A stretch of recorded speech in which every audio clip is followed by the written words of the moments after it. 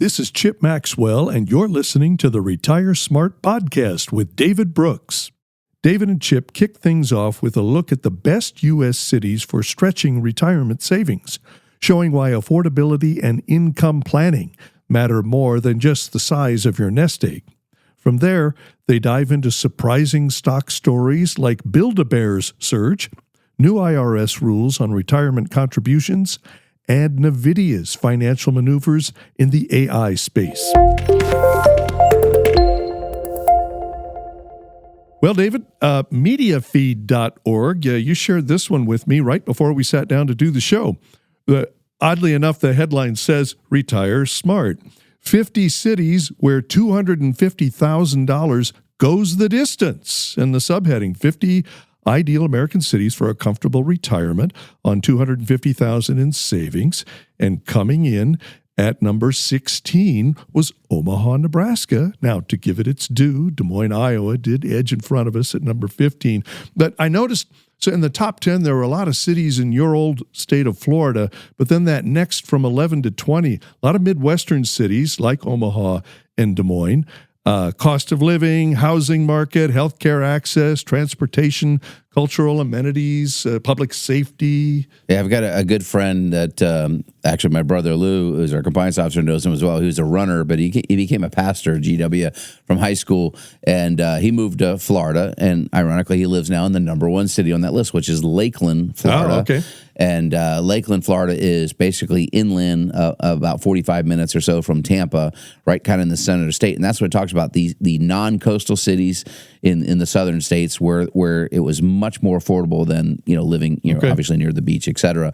So these cities that are a little bit smaller in size than the bigger cities offer all the cultural things you'd want. And literally people could retire sensibly with a couple of Social Security checks and a couple $100,000 in retirement assets. Now, that gives a lot of people out there, I hope that they can afford retirement, because some people come in worried so much, like, I know you work with people with tens of millions of dollars and millions of dollars, et cetera. I'm like, look, it's not about the dollar amount in your account. It's about the income that you'll spend and the affordability where you live. So this just goes to explaining the importance, Chip, of why you have to have an inflation-adjusted income plan to understand where your sources of income are coming from and how long it will last. And so I like, that's why I pulled the article, just to say that, right here in the Midwest, you can retire just fine if you're within reason of your expectations. Well done, Omaha. All right, David, this chart you sent the team, I got a chuckle out of this. I haven't been involved in the Build-A-Bear phenomenon for a good 20 years or so. I think one of my daughters, either we had a birthday party there or she attended somebody's birthday party at a Build-A-Bear and they had fun.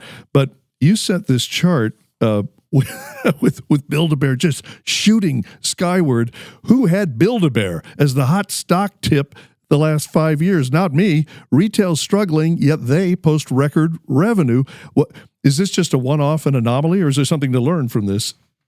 I honestly, yeah, it's not something that was on our radar. It just caught my eye, and I do a lot of scans on stocks every week, et cetera, and I found this one. This has outperformed NVIDIA, folks. So if you know anything about what's going on with NVIDIA, this is amazing. So this stock went from basically sub $2 to about $76 in 5 years period of time. That's an unbelievable rate of return. And exactly what caught my eye is, like, we know what's struggling in this economy, right? It's retail has been struggling. Malls have been struggling in particular. Yeah. Closing. We've seen malls here struggle to get along. Yet Build-A-Bear, which has all their stuff built into the old-fashioned indoor mall, is skyrocketing, and they hit record revenues. Build-A-Bear is bullish. Well, it's interesting. I've never been into a Build-A-Bear. I've walked by them in a mall. It's been many years, but I know friends that have had their kids go in there, and they tell me you can spend $50 to $80 buying a building and then accessorizing a stuffed animal. And what they're doing now is, they're selling like nostalgia bears, so that mom was the kid that, a mom today that might be 32 years old or something,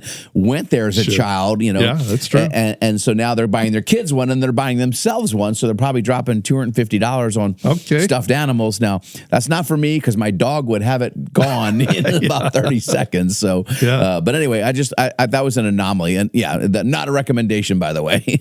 Okay, all right, that'll make our compliance department happy. All right, hey, on to a little more serious topic now. This is from the Financial Advisor website. New IRS rules force high earners into after-tax catch-up contributions in 2027. There's a lot to unpack there. First of all, explain what it is we're talking about here and then who is affected. Okay, so when you're putting money away for retirement in your 401k, 403b, SEP IRA, et cetera, we have a limit of how much you're allowed to contribute to that on a tax-deferred basis because the government wants to make sure they still get their fair share from you this year. So they limit how much you can defer. But once you go past a threshold, 50 years of age, you're allowed to do what's called a catch-up contribution. We introduced these years ago so that workers that felt they hadn't saved enough, if they chose to, could defer more money into their retirement accounts. Now, with the new rule, they're making you do that on the Roth side of the contribution if you're a higher income earner. And that threshold is currently set at $145,000 and will inflation adjust up from here.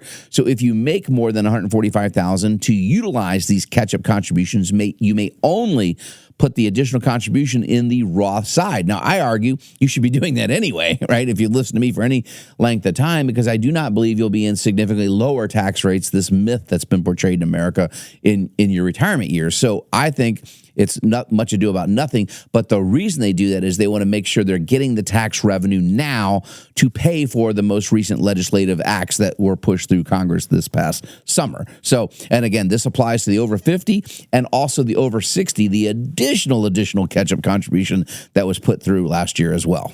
Boy, we seem to keep running into example after example of why you do want to check in with a professional. Absolutely. All right. Hey, you mentioned NVIDIA just a moment ago, and you sent the team some information on NVIDIA yesterday.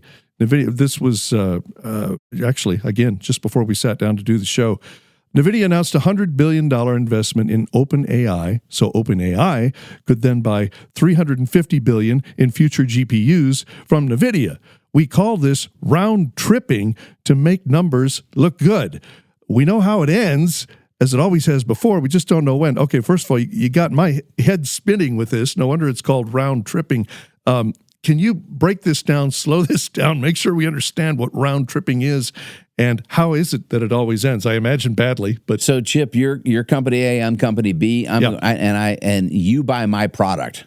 So okay. I'm going to invest in your company for growth, so that you're going to survive right now when maybe you don't have the revenues you need. So I'm going to give you a capital infusion and investment in your company. Now you have capital to turn around and finance and buy my goods and services that you buy from me. No. And okay. The problem is it's not a dollar for dollar transaction. It's usually leverage. And in the example here is, hey, we're going to invest $100 billion. You're going to guarantee $350 billion back. But it's not really a guarantee. It's, hey, we're going to try and buy these from you if everything works out after your investment. We sustain but you're our allowed revenue. To put it on the books so it looks good? Correct. You can book this as sales. And so the example I gave, which we have on the screen, it's hard to see, but go all the way back to the dot-com bubble and go to big topic today, MicroStrategy. Michael Saylor fame is using Bitcoin instead of doing real technology, just buying Bitcoin, levering it, and then issuing bonds, and then buying more Bitcoin. He's round-tripping his own stock. Well, some of you might remember L3 Communications around these parts. Yeah, you may remember 3. Nortel. All these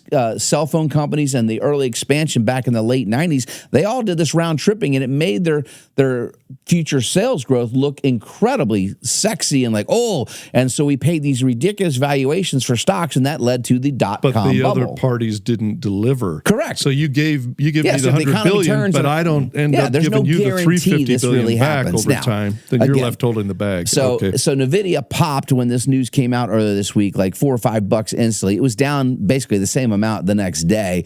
But again, this is scary when we're starting to see this, what we call financial engineering happening. And I've called out NVIDIA a couple times. I still think it's an amazing company, incredibly important part of the AI cycle we are in. But it's just telling you that we may be getting a little frothy. It doesn't mean we're at the end of the bull run, et cetera. We could run for a while longer, but it just means take caution, be understanding of what you're seeing out there.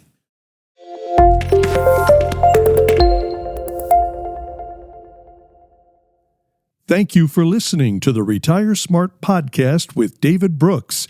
If you want to learn how to generate lifetime income, reduce your tax bill, and maintain your lifestyle in retirement, visit retiresmartpodcast.com.